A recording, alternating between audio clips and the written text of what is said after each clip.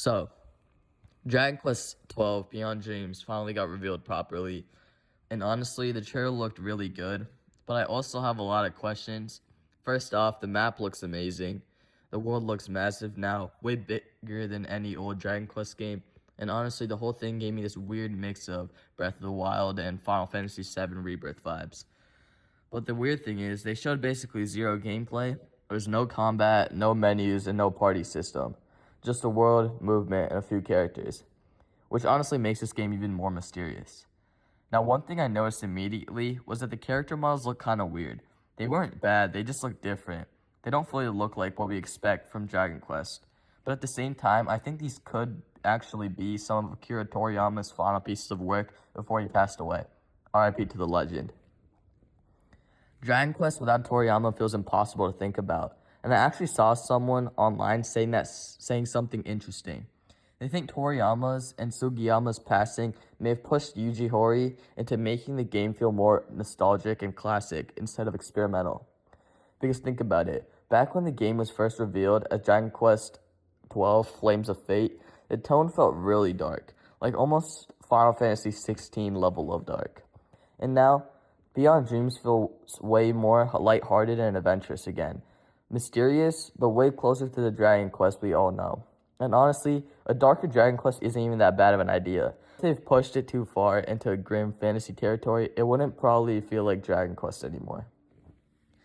Which makes me wonder, did Square originally try taking this game into a darker Final Fantasy XVI style direction, then completely restart development after realizing it drifted too far away from this classic turn-based RPG feeling that everyone loves? This game generally feels like it went through development hell and came out as an entire different project. Even the logo looks more like a Final Fantasy logo now. I've already seen people worried that the combat might become fully action-based instead of turn-based. Personally, I don't think they're going to modernize it. Dragon Quest wouldn't fully abandon the turn-based. That would be absolutely insane.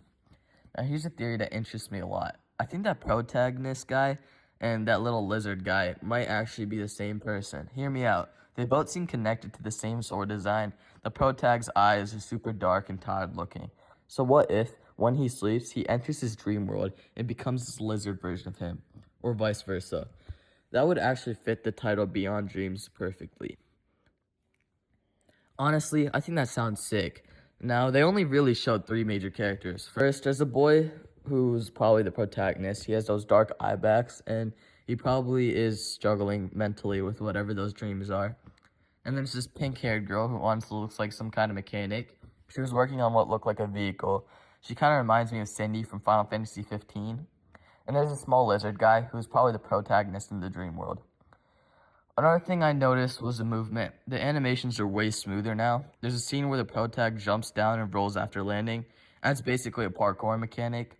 Dragon Quest usually never focused on movement like that, so maybe the world is more explorable and interactive now with harder puzzles, climbing sections, platforming, and more creative exploration overall.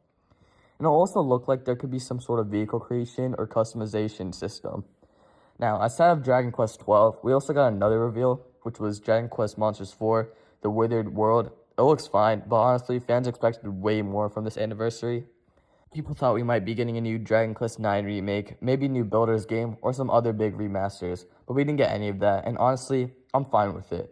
If they truly did restart Dragon Quest XII from scratch again, then it makes sense why most of Square Enix's focus is going towards this game right now. They also talked about Dragon Quest 11S Definitive Edition Switch 2 port, but people noticed it looks way too similar to the Switch 1 version that's already playable on the Switch 2. So overall, Dragon Quest XII still feels super mysterious and far away. We still don't know what the combat looks like, we still don't know how exploration fully works, and we barely know anything about the story.